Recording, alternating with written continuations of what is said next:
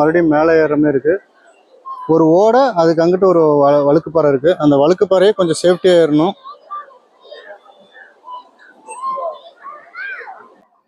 இந்த பாறையெல்லாம் இப்படி தான் இருக்குது. இதுக்கு முன்னாடி பார்த்த வரைக்கும் கான்கிரீட் பாதையாக இருந்துச்சு. இப்போ எல்லாமே கற்கள் இருக்க பாதையாக இருக்குது.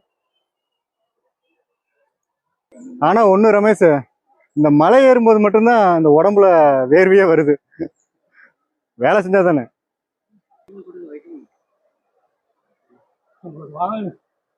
கால் தடம் இங்கே பதிந்ததாகவும் சொல்லப்படுது. அந்த கால் தடம் இதுதான், பசுவோட கால் தடம். இந்த மலையில் நைட்டு ஸ்டே பண்ணோம் அப்படின்னோம்னா நள்ளிரவில் சித்தர்கள் நமக்கு ஏதாவது ஒரு ரூபத்தில் வந்து காட்சி தருவாருங்கன்னு நம்பப்படுது. முடிஞ்சால் ஒரு நாள் மலையில் நைட்டு ஸ்டே பண்ணி சித்தர்களோட அருள் பெறுகிறோம். இந்த மாதிரி மலைப்பகுதியில் ஒரு மூலிகை வாசம், இயற்கையான காற்று, மூலிகை தண்ணீர் இதெல்லாம் குடிச்சிட்டு இந்த கிளைமேட்டில் இப்படி நடக்கிறது ஒரு தனி ஃபீலாக இருக்குது. இப்போ நம்ம வந்திருக்குது இரட்டை லிங்கம்.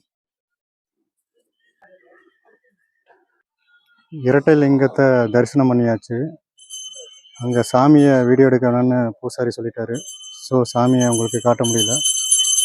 கார்த்திகை மாதம் மழை காலம் அப்படிங்கிறனால அலோவ் பண்ணுவாங்களா அப்படிங்கிற ஒரு டவுட் இருந்துச்சு. அதே மாதிரியே நேற்று முந்தின நாள் பார்த்தீங்கன்னா சரியான மழை. 3 மணிலேருந்து விடிய காலம் வரைக்குமே மழை வந்திருக்கு. அதனால நேற்று அலோவ் பண்ணல.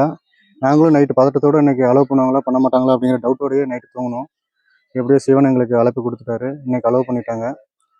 முடிஞ்சளவு இங்கே மழை காலத்தில் நம்ம வரதை பிளான் பண்ணுறதை விட்டுட்டு வெயில் காலத்தில் நம்ம பிளான் பண்ணால் நல்லது. சுவாமியை ஒரு பதட்டம் இல்லாமல் நம்ம தரிசிச்சுட்டு போகிறதுக்கு ரொம்ப ஈஸியாக இருக்கும்.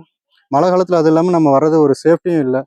இங்கே நிறைய பாறைகள் இருக்கனால வலிக்கூடவும் நிறைய வாய்ப்பு இருக்குது.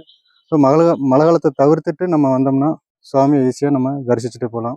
ஓம் நமச்சிவாய. இந்த வீடியோ எதுக்கு இப்போ பதிவு பண்ணிகிட்ருக்கோம் அப்படின்னா, இங்கே வயதுக்கு மூத்தவங்க, ரொம்ப பெரியவங்க, இங்கே வர வாய்ப்பு இல்லாத ஸ்பெஷல் சைடு அவங்களாம் வந்து இங்கே வர முடியாது. அவங்க இந்த மலை ஏறின ஒரு எக்ஸ்பீரியன்ஸ் கொடுக்கணுங்கிறதுக்காகவும், முக்கியமாக எங்களுக்கு டயர்டு தெரியாமல் இருக்கிறதுக்காகவும், போர் அடிக்காமல் இருக்கிறதுக்காகவும், ஒரு மெமரிஸ்க்காகவும் இந்த வீடியோவை நாங்கள் பதிவு பண்ணி அப்லோட் பண்ணிகிட்ருக்கோம். இந்த இயற்கையாக உருவான இந்த மரத்தோட வேர் வந்து ஏதோ ஒரு உருவமாக இருக்குது.